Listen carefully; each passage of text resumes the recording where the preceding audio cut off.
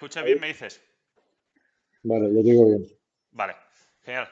Pues nada, como recordarás, estuvimos hace un mes con Enrique García Máquez, el 2 de marzo en Jerez, en el primer Cinglón en Jerez, y el caso es que el vídeo es brutal, dura más de 2 horas, pero es muy largo. Entonces lo que queremos hacer es, estoy Parte grabando 1, parte esta 2. videollamada, ¿vale? Esto está siendo grabado, con la idea de, Ah, esto está siendo grabado. está siendo grabado, con la idea de plantear las preguntas, es decir en alto como las principales preguntas que salieron y las principales respuestas. Entonces la idea es que en el vídeo vamos a elegir 7 respuestas que dio Máiquez y con esas 7 respuestas se va a resolver qué es esto o se va a explicar qué es esto de la nobleza de espíritu, ¿vale? Entonces la nobleza de espíritu al final decía Máiquez que era un concepto que ya está totalmente fuera de moda, pero que es necesario reflotar. Entonces la primera pregunta que quería elegir era una pregunta que hacía Javier y decía, oye, ¿por qué es importante poner de moda la nobleza de espíritu? ¿Vale? Entonces, Enrique García Máiquez decía esto. Uno dirá, bueno, ¿y por qué es tan importante? Bueno, porque las sociedades se tienen que articular, ¿no? Y una sociedad necesita tener sus modelos, eso lo explica más Weber. Sus modelos no solo en el arte, sino en general. ¿Cuáles son los modelos de la sociedad actual?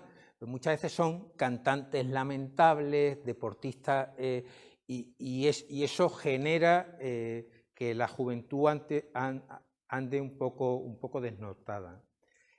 Hay una falta de ejemplaridad moral y para eso hace muchísima falta una nobleza, que no tiene por qué ser la nobleza de sangre, aunque los nobles de sangre pues tienen una responsabilidad heredada de ser ejemplares, pero no siempre son ejemplares, aunque muchos sí lo son, ¿no? No hay que caer en ese como ataque, sino ver que son muy necesarios también. Y realmente como modelo aspiracional pervive.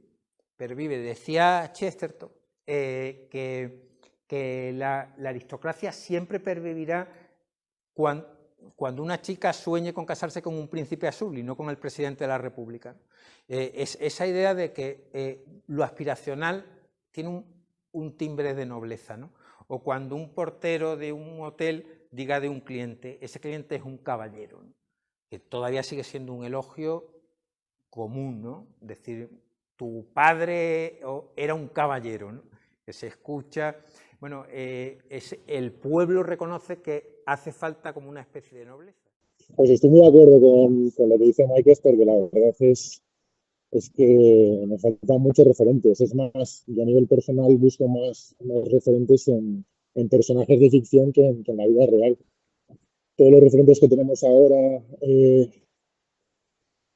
pues, nos ponen a futbolistas o a personas famosas que realmente tienen una doble moral que carecen, digamos, de esa nobleza de espíritu que realmente pues destaque lo que es el honor, algo que ya ha desaparecido en nuestra época.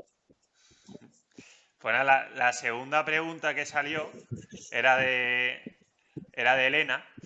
Entonces Elena decía, vale, esto de la nobleza de espíritu está muy bien, pero si la nobleza de espíritu es buscar la perfección y buscar las virtudes, y también comentaba Enrique que era buscar ser el mejor, entonces si para ser noble de espíritu tienes que intentar ser el mejor en lo tuyo, ¿cómo es posible ser el mejor y a la vez entre esas virtudes buscar la humildad? Entonces preguntaba si era compatible ser noble de espíritu y ser humilde. Entonces Enrique decía esto.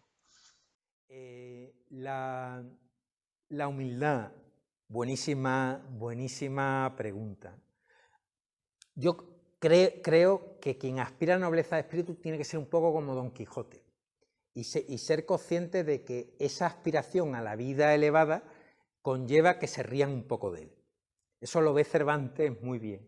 Don Quijote es alguien que dice, mira, el mundo ya no admite caballeros andantes, pero yo me parece el ideal perfecto y voy a ser un caballero andante aunque se rían de mí.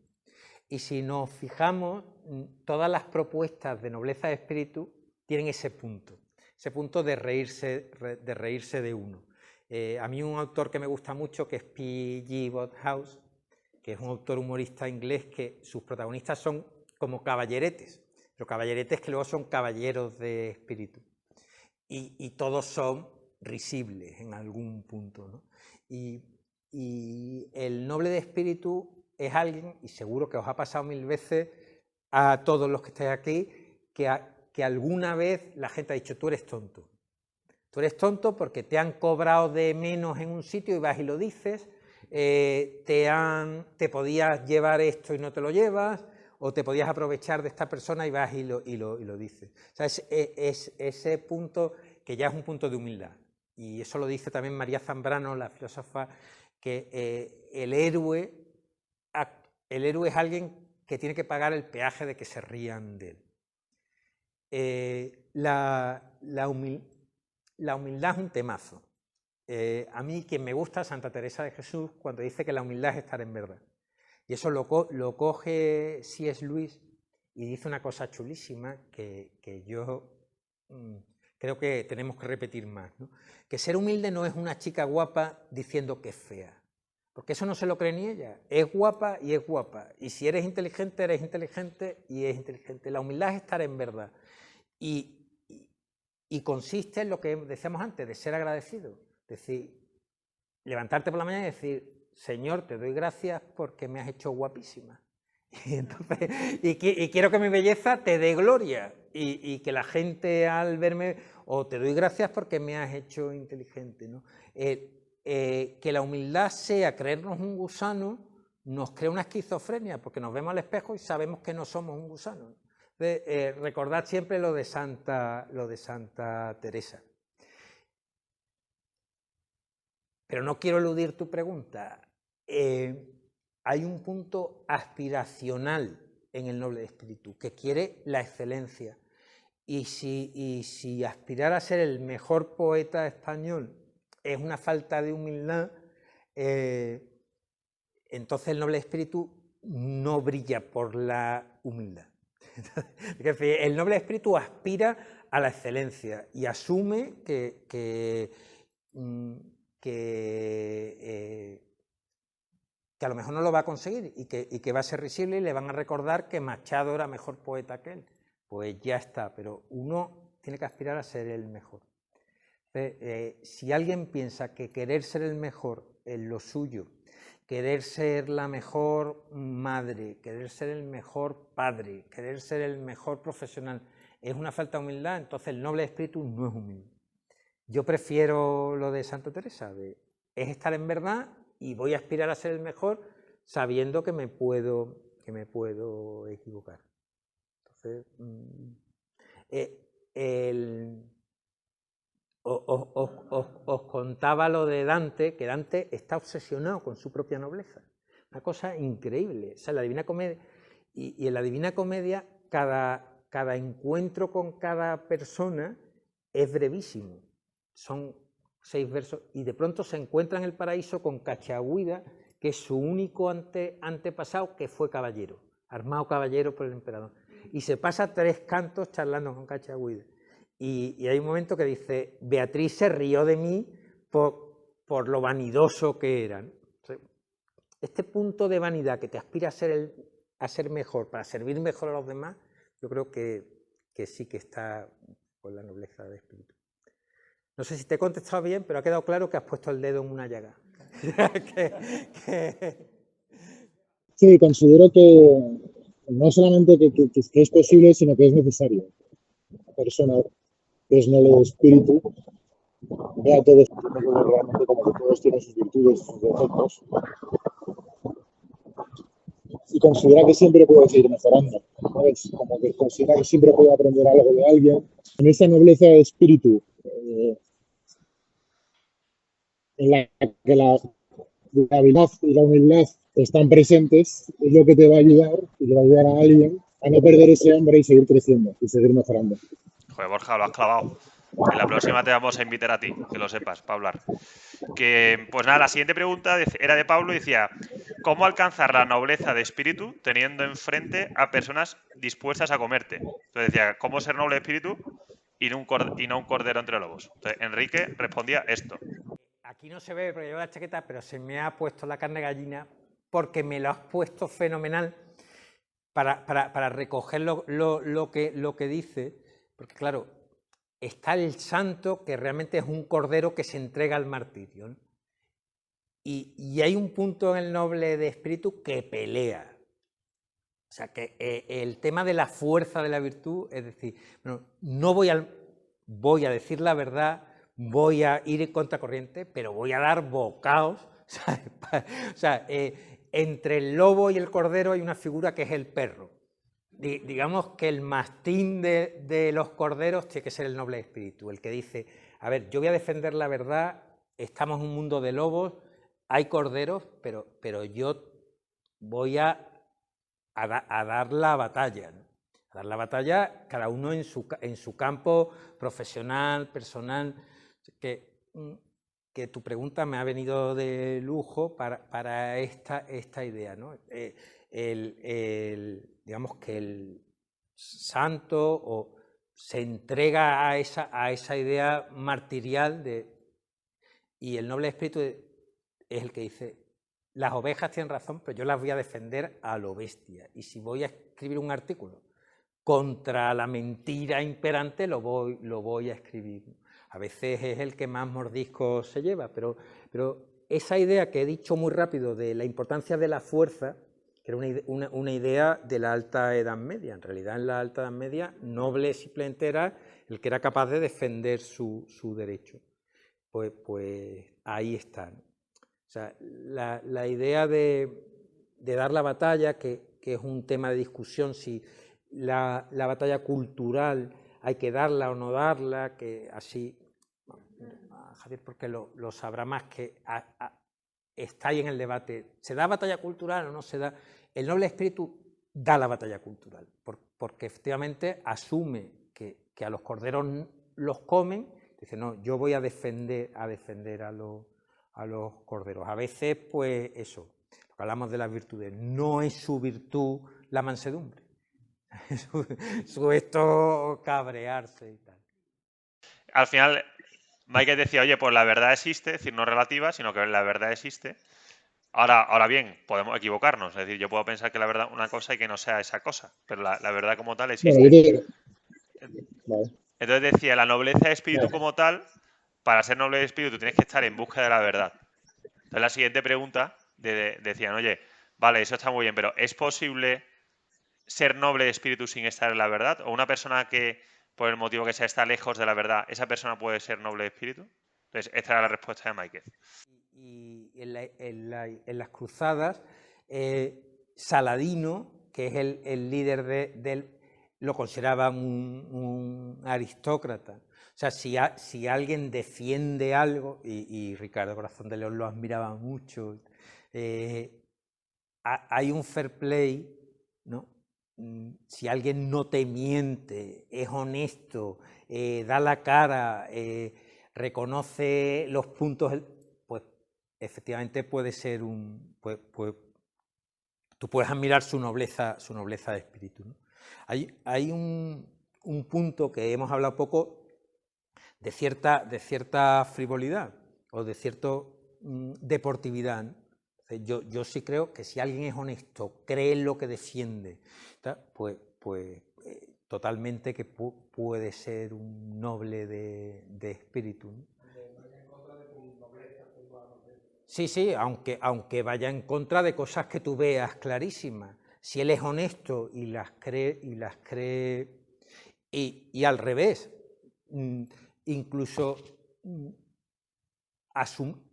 es muy bueno asumir que la verdad es el árbitro de esta partida, ¿no? A mí hay una frase, bueno, que os pensaba, habíamos hablado de si somos como Sevilla y no preguntan, le vamos a poner tarea, ¿no?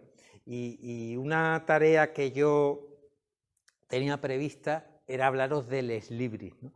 Que es ese sello que uno se pone para sus libros, no sé si lo habéis visto alguna vez, y que es muy bonito creárselo, porque yo a mis alumnos de FP de Puerto Real les hago crearse un escudo nobiliario, cuando les hago motivación, porque el escudo en realidad no era más que un caballero que se quería identificar en la batalla y se pintaba aquello que le motivaba para la batalla. Entonces, decir, bueno, poner en vuestro escudo todo aquello que os haga ser mejores o a lo que aspiréis. Pero es verdad que eso a mis alumnos de FP, bien, pero aquí que muchos tendremos nuestro escudo y a otros nos dará el IPOR y crearnos un escudo, crearnos un Enlibris está muy bien, o sea, crearnos un símbolo gráfico, un icono de aquello que nos representa. Y el icono tiene un lema. Estoy dando una vuelta muy larga, pero no me he olvidado tu pregunta. El lema de mi icono es todo aquel que dice la verdad, en latín, toda verdad, la diga quien la diga, es del Espíritu Santo, que lo dice Santo Tomás de Aquino en la Suma. Toda persona que diga algo que sea verdad, hay que respetarlo porque la verdad es sagrada, ¿no? Entonces, a veces pasa, contestando a tu pregunta, que no solo es que el rival pueda tener nobleza de espíritu, si lo que dice y defiende lo hace con rectitud de conciencia, sino que también nos puede pasar que gente que defienda cosas buenas no tenga nobleza de espíritu, porque dé golpes bajos, porque no reconozca la verdad del contrario. Vamos, yo doy clase en un máster de política, que es el ISEP, y explicaba esto, de lo importante que es reconocer la verdad del contrario. O sea, si alguien contrario, y una de las del máster me decía, pero si la dice un socialista, no. Digo, mira, si es verdad lo que dice el socialista, uno le reconoce la verdad de lo que dice, y luego le dice, en el 90% o lo demás está equivocado. O sea, que yo creo que hay unas reglas de juego que es no dar golpes bajos, como las reglas del boxeo, ¿no? Reconocer la verdad del contrario, y entonces sí que puede haber nobleza de espíritu en el contrario, como muchas veces vemos, ¿no? Sí, un tema bonito, ¿no? Reconocer la nobleza del contrario, la honradez del contrario es especialmente bonito. Vale, pues siguiendo con la discusión, no recuerdo quién preguntaba, porque no apunté el nombre, ¿cuándo se perdió esta idea de la nobleza de espíritu? Es decir, dice, hay un punto en el que se empieza a hablar de la nobleza de espíritu. Pues Enrique, le pregunta a Enrique. ¿Que se empieza a perder o que se empieza a perder? No, le preguntaba a Enrique cuándo se perdió esa idea. Es decir, esta idea antes estaba muy de moda y llega un punto en el que deja de ser de moda, incluso empieza a ser rancio. ¿En qué momento es? Le pregunta. Entonces Enrique decía esto. Mira, 5 cosas tengo que contestarte. La primera, que no la he dicho, es verdad, nuestra sociedad necesita muchas cosas, ¿no? Necesita muchas cosas. Pero lo bueno de la nobleza de espíritu es que es algo que necesita y que podemos aspirar porque todos estamos llamados a la nobleza de espíritu. Hay una frase de Chesterton que a mí me entusiasma, que Chesterton era muy demócrata y decía, yo hay una cosa que no le perdono a la democracia, que la democracia se haya entendido como que el duque de Norfolk tiene que ser igual a todo el mundo, cuando la verdadera democracia sería que todo el mundo tiene que ser igual al duque de Norfolk. O sea, que todos estamos llamados a la aristocracia, ¿no? Bueno, y el ejemplo de Amancio Ortega efectivamente es un ejemplo de alguien que entrega y que es como un gran señor feudal, porque tiene muchísimo dinero y lo usa. Pero has hecho una pregunta clarísima e importantísima. Dice, ¿cuándo muere esta idea? Y esa pregunta es clave, vamos, súper clave. Porque esta idea en los años 30 estaba vivísima. ¿Qué defiende Ortega? Las élites. En la rebelión de las masas dice las masas están ascendiendo, lo que necesitamos es élites.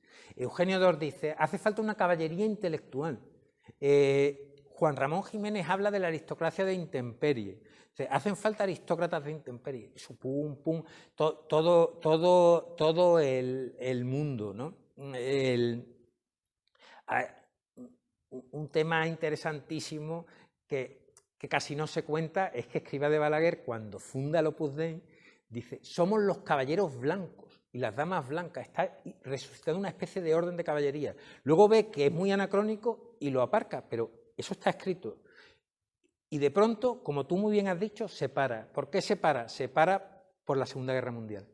Porque los alemanes y el fascismo coge un poco esta idea de la caballerosidad, de tal, y pierden la guerra, y hay un libro clave, se llama El regreso de los dioses fuertes, lo ha escrito R.R. Reno, que es un americano, y él explica cómo el horror de la Segunda Guerra Mundial fue tan grande que el subconsciente occidental decidió que el patriotismo, la virilidad, la nobleza de espíritu, el orden, la jerarquía, eran todo ideas que nos habían conducido a la Segunda Guerra Mundial, porque habían sido ideas que había parasitado el fascismo y el nazismo. Entonces, que había que renunciar a esas ideas. Y se tiró un poco, lo que dicen los ingleses, con el agua sucia se tiró al niño por la bañera. Esas ideas eran muy buenas. Entonces, tú vas viendo cómo la idea de nobleza de espíritu, pero todos Thomas Mann, era una idea que en los años 30 era obsesiva, porque veían que la sociedad se había hecho muy igualitaria y que había que ofrecerle a la gente un ideal noble al que aspirar, y Junger, y de pronto en el 45 se corta. Yo creo que ya hemos hecho mucha penitencia y que llega el momento de decir, vamos a resucitar las ideas buenas, el patriotismo, la idea de familia, la idea de... porque ya no tienen por qué estar identificadas con nada peligroso. Vamos a resucitar lo que dice Reno en este libro tan importante, las ideas fuertes. Aunque no sea, y una de esas ideas fuertes es la idea de nobleza de espíritu que estaba latente en todos estos autores. Y fue un parón en seco tras la Segunda Guerra Mundial, que has puesto ahí el dedo en la llaga. Que ahora que no tenemos peligro de ser ninguno fascista, pues recuperemos, ¿no? Es verdad que el fascismo animó a las familias numerosas, pero es verdad que una sociedad necesita que la pirámide poblacional esté clara. Entonces, no hay que tirar al niño con el agua sucia, ¿no? El problema es que no sabemos diferenciar la obra del autor, en el sentido de que si una persona dice algo muy coherente ahora y luego actúa de la manera totalmente contraria, no solamente la persona pierde valor, sino que sus palabras, ya las diga él o las diga cualquier otra persona, las han perdido ese valor también. Porque no solamente nos faltan ejemplos, modelos, sino que nos sobran modelos malos e incoherentes y tiranos. Joder, pues justo la siguiente pregunta que le lanzaron estaba relacionada con eso, era de Belén. Entonces Belén preguntaba, ¿cómo es posible transmitir esa idea de nobleza de espíritu en estos tiempos en los que no hay referentes morales? Entonces, esa era la respuesta de Enrique. Ahí Juan Ramón, que estoy hablando poco de él, Juan Ramón Jiménez es un grandísimo, si Juan Ramón Jiménez fuese inglés, sería como Eliot. Tenemos la suerte de tener un poeta y un intelectual de primera línea. Juan Ramón Jiménez escribió un texto buenísimo que es La aristocracia de intemperie, y él dice, yo nunca he puesto poesía en la gente sin que me haya respondido con poesía. O sea, lo bueno de la nobleza de espíritu es que con ser uno sincero, verdadero, ir contracorriente, si hay que dar un bocado, darlo. Y luego responder a la gente. Yo a mis alumnos siempre digo, no, si tú me lo dices, me lo creo. Y te engañan 2 veces, pero la tercera ya les da vergüenza en engañarte, ¿no? Esto que ve también Cervantes, ¿no? De que el quijotismo es contagioso. En el Quijote se ve, Sancho empieza a querer ser un Quijote, Sansón Carrasco empieza a querer ser un caballero, el otro, porque es tan atractivo el ideal. Pero yo creo que la idea de decir bueno, un lema puramente aristocrático es aunque todos yo no, etiam omnes ego non, ¿no? O sea, esta idea de no ir con la mayoría, sino yo no, y luego la gente se va, vamos, el hecho es que a mí incluso me da un poco de alipori hablar de nobleza de espíritu cuando puede haber gente más aristocrática que yo, y sin embargo es del tema del que siempre me llaman a hablar. O sea, porque hay como una especie de necesidad. Yo creo que decir, yo voy a cumplir mi palabra y la voy a hacer y ya está. Bueno, voy a contar una confesión como parece que me pongo bien, una anécdota juvenil que sirve para esto que tú dices. Y estábamos en el Buzo, que había una pista de fútbol, como recordaréis mucho, y llegamos mis amigos y yo a la pista de fútbol y estaba ocupada por unos chiquitines y tal. Y entonces les proponemos a los chiquitines, mira, jugamos un partido y quien pierda invita a los otros a una Fanta en el Chozo, se llamaba, la huerta, ¿quién ha dicho la huerta? Sí, en la huerta era, efectivamente, en la huerta. Y entonces empezamos a jugar y los chiquitines jugaban estupendamente y nos empezaron a meter goles por todos lados, tal. Y entonces alguno de mi grupo dijo, a la de 3 nos largamos, sin pagar. Cuando esto se lo recuerdo al Interfecto, se avergüenza, pero como no está aquí, aunque es tío de algunos de los que está aquí, porque es Íñigo Pérez Barbadillo López de Carrizosa. El caso es que nos largamos, entonces nos largamos. Sí, y el caso es que a mí y a otro que corría muy mal nos pilla Íñigo y Salva Guardiola, que yo no los conocía de nada entonces, y os hemos pillado tal, y Salva Guardiola, páganos esto, y yo os estoy siendo completamente sincero que estaba avergonzado por haberme escapado, digo, ahora mismo te pagamos, y me dijo Íñigo, yo no me tomo una Fanta pagada por un tío que no tiene palabras. Eso tendríamos 10 años. Y a mí aquello se me clavó, que yo creo que no falta mi palabra nunca por aquello que me dijo Íñigo.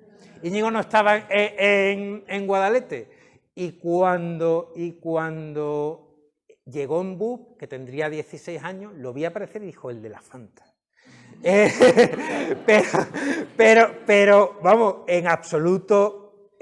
y cuando, vamos, ahora es íntimo amigo mío y se lo recuerdo, lo he escrito y a él le da mucha vergüenza, pero lo cuento porque un niño de 10 años puede sentirse abochornado por el ejemplo de alguien que dice, yo no me tomo una Fanta de un tío que no ha cumplido su palabra y no esto. Entonces, yo creo que en este sentido es una decisión personal de portarse bien y decir, bueno, y nunca es tarde, y además, bueno, lo del humor, decir, bueno, pues esta vez no he estado a la altura, pero volveré a estar a la altura y ya está, ¿no? Yo creo que sí que es contagioso, ¿no?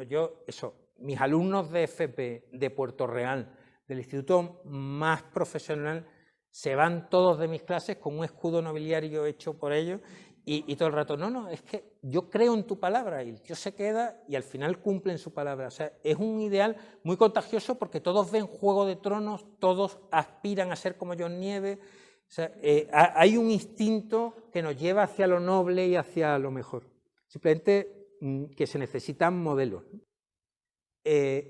Todos necesitamos modelos. El hombre aprende con modelos. Entonces, nuestra sociedad se avergüenza de presentar modelos, pero tiene que haber modelos. Entonces tenemos modelos muy chabacanos, muy mediocres, y efectivamente hay esos modelos, son modelos malos porque hay el igualitarismo impone que nadie quiera asumir cierta ejemplaridad moral, ¿no?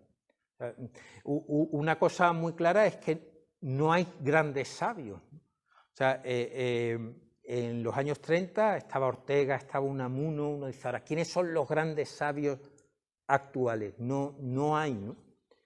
Y tenemos como modelo eso, a los futbolistas, y tienen un efecto imitación brutal. La gente se pela como ellos, viste como ellos, habla como ellos. Oye, Javi, ¿y Enrique dijo en algún momento cómo es posible transmitir esos buenos modelos? Sí, lo dijo, lo explicó perfectamente. Esto es lo que decía. No decir nunca que te gusta algo que no te gusta o que no te parece bien, y propagar el bien, ¿no? es decir, mira, a mí esto tiene un efecto, el boca a boca, impresionante. Este libro me ha encantado leerlo, vamos, este acto es brutal.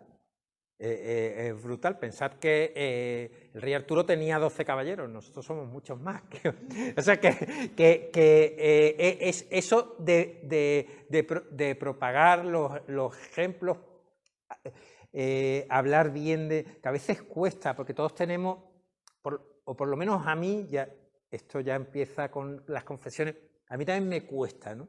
Así que esto de, no, este es un grandísimo escritor, un grandísimo columnista, que yo también soy columnista, parece que me hago de menos por ponerlo bien, ¿no? Pues poner bien a la gente, contar,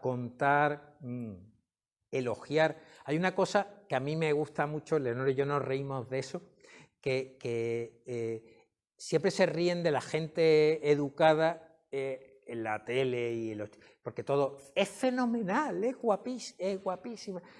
Pues a mí me parece fenomenal, precisamente, la facilidad con que la gente elegante elogia. Tenemos que ser grandes elogiadores. O sea, no elogiar a todo lo bueno, elogiarlo. Qué bueno esto, qué bueno está el oloroso de Lustau, qué bueno es que hayáis organizado esto, ser grandes elogiadores, ¿no? Y proponer modelos buenos. Yo soy optimista porque veo que la gente sigue modelos buenos, ¿no? Eso es lo que os contaba que es interesante. No sé si me estoy alargando mucho, ¿no? No. Lo que a mí me interesa de Juego de Tronos, que no es una serie que recomiende, pero a mí mi jefe en el diario, en Joly, vamos, Pepe Joly, me obligó a verla, porque Pepe Joly le tenía mucho miedo a Podemos.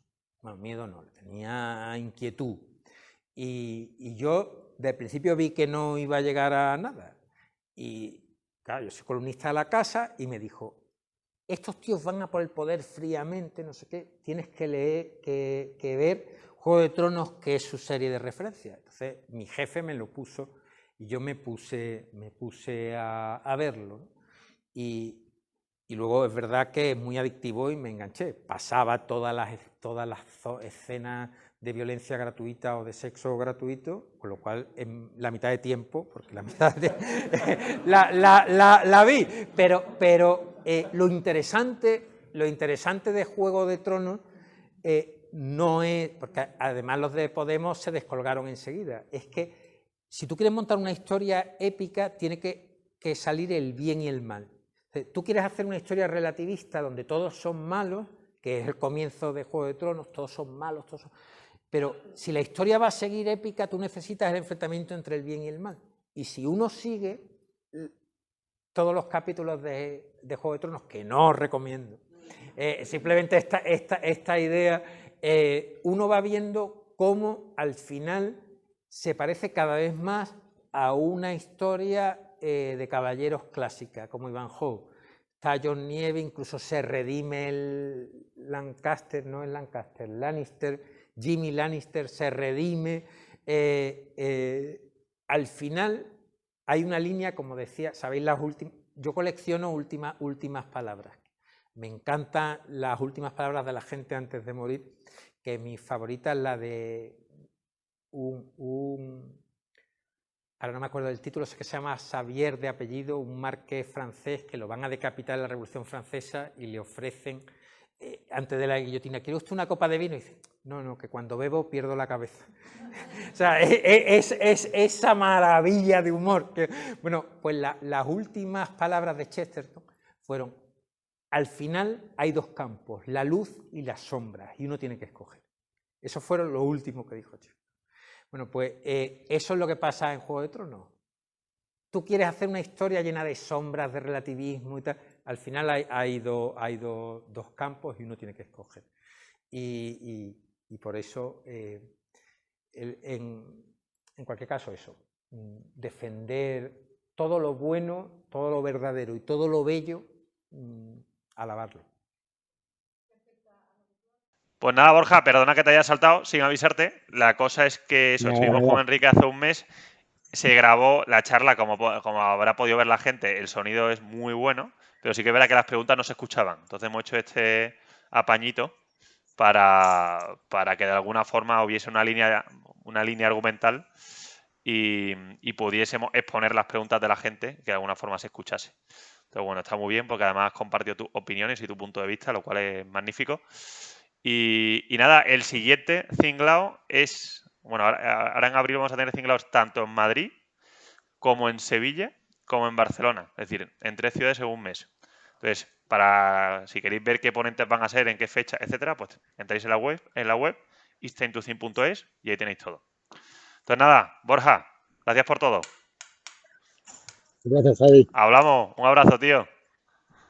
Chao, chao.